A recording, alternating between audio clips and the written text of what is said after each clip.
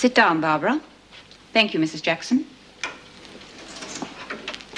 How are you this morning, Auntie? I have just been talking to Miss Madsen, an excellent officer with impeccable references who has just recently joined us from Sydney. And she has just told me she would rather resign from the service than work in a prison where the governor grants special dispensations for members of the family. I don't find it at all amusing, young lady. What do you have to say for yourself? Oh, Auntie, it wasn't my fault. It was Bea and Monica. Well, they told her not to bother me because I was your niece. Didn't I tell you not to tell anyone we are related?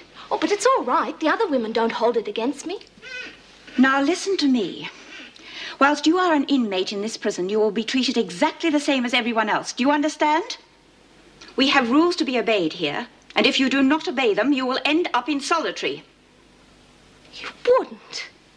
Well, not this time. But stay out of trouble. Do you understand?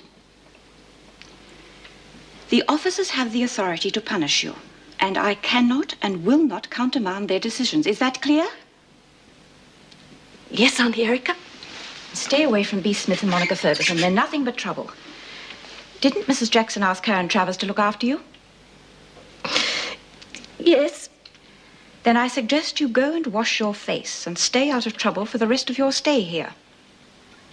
Why should I? What does it matter if I go into solitary? You don't care. Nobody cares.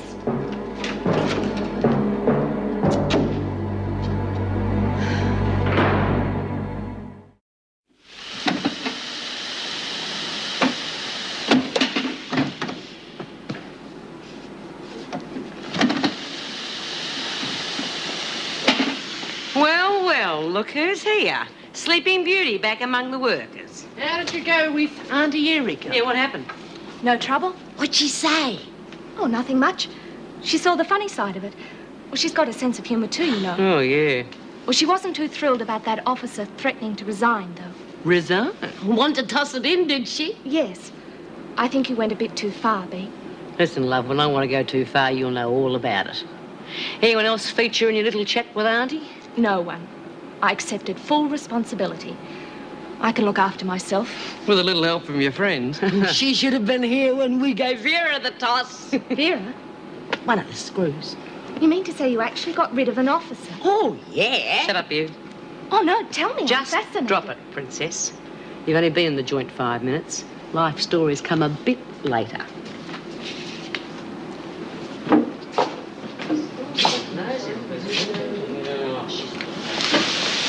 Lizzie, you've got to tell me. Well, I told you what happened to me, didn't I? You heard what Bea said? Oh, never mind her. Well, I know it must have been your idea. Well, of course. Oh, of course it was.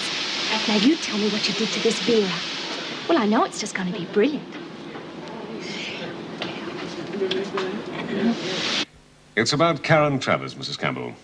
I need some information, and I thought you may be able to help. No, I just want to talk. Well, perhaps you could come round to my office sometime later today. Excuse me.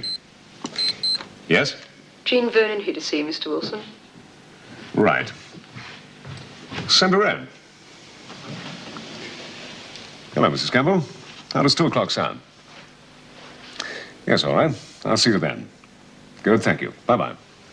I just thought you might like to know that Lynn Warner slashed her wrist yesterday. She's in a very bad way. Really? Yes, really. Is that all you've got to say? What do you want me to say? I hope you realize that it's our fault. What do you mean it's our fault? I blame myself as much as I do you. Oh, well, that's really very big of you. Oh, don't be so bloody cynical. I'm not being cynical. I just don't know what you're talking about. All I did was give the girl some advice. Oh, yes, good old legal advice. You might as well have whacked her over the head with a law book. You were so damn superior. You couldn't have cared less. Now, this is a legal practice, Miss Vernon, not a Lonely Hearts Club. I gave the girl the facts. Yeah, the facts. Why didn't you give her a little thing called hope? That's the most important thing to these women. Sometimes it's the only thing that they have to hang on to. You don't have to be a genius to see that. Oh, no, just a Jean Vernon, eh? Very funny. No, I blew it too. I should have realized what she was going through. But I was too busy with other things. Yes. Well, I happen to be rather busy myself. So, If you'll excuse me. I forgot. Time is money, right? I hope Karen Travers makes it worth your while. Oh, I'll do my job, Miss Vernon. You do yours. Is that advice free? If it makes you feel better, I'll send you an account. Don't tell me you need the money.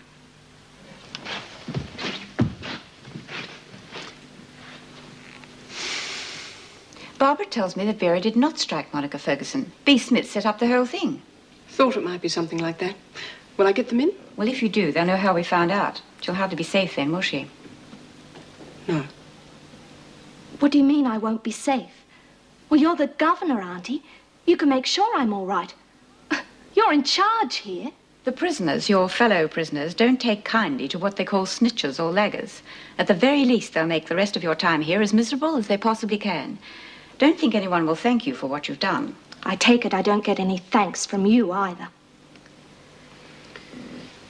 Look, Mrs. Davidson is trying to give you some good advice. I only told you because I wanted to make up for the trouble I caused this morning. I didn't want you to think I was like them. Well, don't you understand? I thought you'd be grateful I was helping you. That'll be all, Barbara. Go back to work.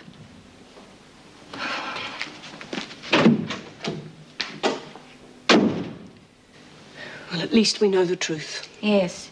We must get Vera back straight away. Smith and Ferguson, weren't they in prison together once before? Yes. I think I'll make a few inquiries.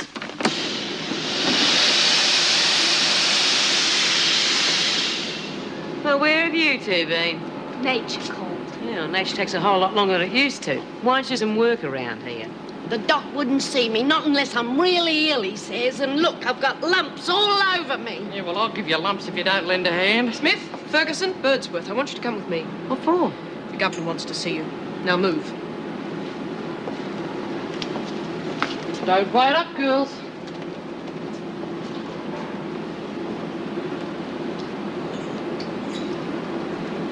I wonder what's going on. We'll soon find out.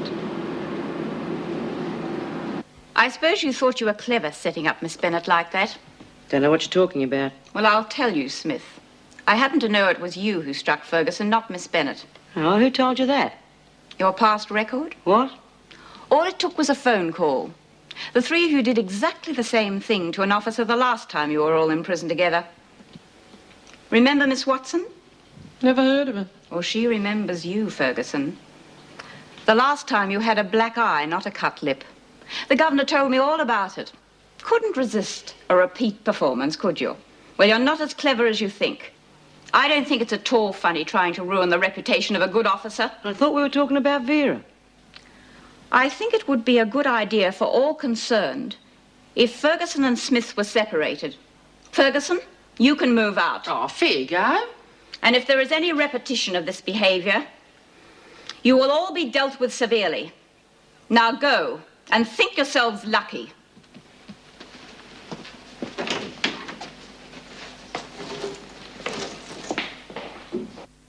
L-U-C-K. Yeah, I can spell it. I'm not stupid. Yeah, but you said you wanted me to help you. Yeah, blind leading the blind. It's finished. Hey, read it. Dear Karen. Go on. Well, you're doing real good. Sorry I'll give you a hard time. Good luck. Yeah, that's fine. How'll she know who it's from? She'll know. Hey, let's sign it and give our love to Bea and everyone. Oh, don't be bloody stupid. You know the letters get read. You want the cops onto us. I was only joking. Anyhow, I've got no love for bloody B. Smith. This letter's for Karen and no one else. Goose. We'll have to post this a couple of miles away from here in case they check it out. Well, what are you two girls up to now? Been writing a letter to a friend. What are you all dressed up for? It's my birthday. Yeah? Fantastic. Going out in the town then? Oh, no, I couldn't afford that.